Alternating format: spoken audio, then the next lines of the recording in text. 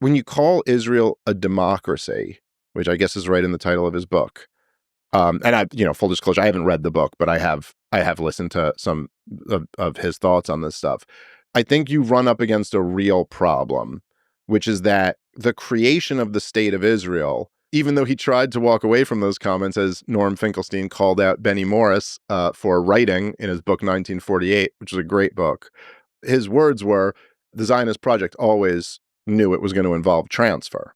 That was Benny Morris's words. Now, when Finkelstein was grilling him on this on your podcast, he kind of said, like, yeah, but that doesn't mean ethnic cleansing. That could be voluntary transfer. You know what I mean? Like, but the point is, the Zionist settlers, and they spoke about this openly, they all knew they had a major problem, which is like, well, you can't create a Jewish state if it's like 50-50, which is, and in all of Israel, it was much less than 50-50, but even in like the Israeli portion of the partition recommendation, it was very close to 50-50. Now, you can't really have a Jewish state with a 50-50 voter base, because now you're just kind of in a breeding war for the next generation, and or who turns out the vote, any more than we could hope. It would be the prospect right now of making America an official Republican state or an official Democrat state. Well, how are you going to do that, man? It's like 50-50 between the two. And so I think what Benny Morris was saying was that they always knew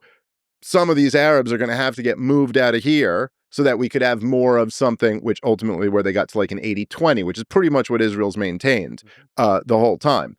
Now, Benny Morris could quarrel about whether that necessarily meant voluntary, but when it happened, it wasn't voluntary, okay? So, like, when it actually happened in effect, it involved a massive amount, somewhere between 700 and 800,000 Arabs being forcefully evicted out of this area. Now, that's one thing. A lot of nations are started on some things like that. I suppose if you just did that, and then you were left with your 80-20 split, and you go, but we have elections from here on out, I guess you could claim it's a democracy. Still seems like kind of gaming the democratic system a little bit. You know what I mean? Like if I just deported 80% of Democrats and then say, look, Republicans win every election, you might be like, yeah, dude, but you didn't exactly get there democratically. You got there through force. But forget that. I'll let that one go and just say, I'll call you a democracy if you just kept being a democracy like that moving forward. The real problem is the occupation that starts in 1967. Because look, when you've occupied an area since 1967, you can't even really call it an occupation anymore. It's an annexation. You took these lands. You have control. That you are what the definition of the government is. And you could call Hamas the government all you want to, but they're not the sovereigns.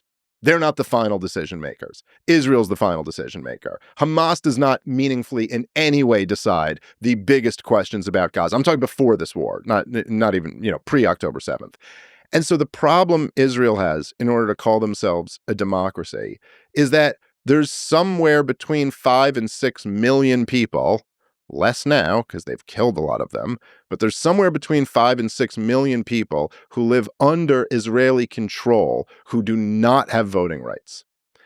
And by any other reasonable, commonly held standard of democracy, we would not call that a democracy. I mean, I'm not even saying this to try to be inflammatory or try to pick on the Israelis. There's things about Israeli society I like. I don't hate the people there. I'm Jewish. I love Jewish people. It's not, but the fact is, that's not a democracy. That's an apartheid state. And that's just, I'm not even trying to be inflammatory when I say this. It's just literally describing what's in front of you. If we in America right now said Black people no longer get to vote and Black people can only live in these few neighborhoods, we don't get to call ourselves a democracy anymore then.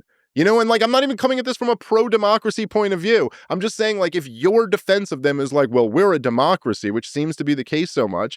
Well, no, you're really not. You're really not, as long as you got millions of people who have no say in their own government. Then you're really not a democracy. And so, again, so you could frame it as democracy versus death cult was his language for Hamas. And it's all right, it's a little bit difficult to accuse another group of being a death cult when the group you're supporting has killed so many more people than them.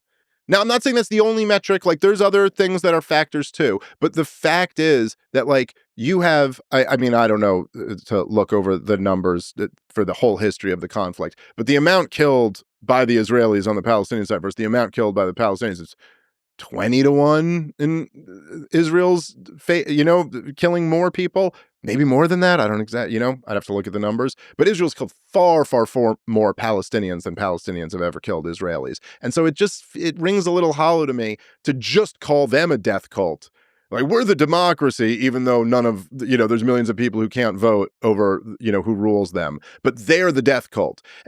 I mean, look, they kill people in a more primitive, barbaric way, I guess you could say.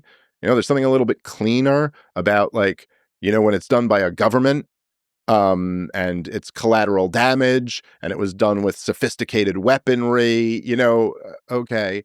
Still innocent people on the end of those bombs.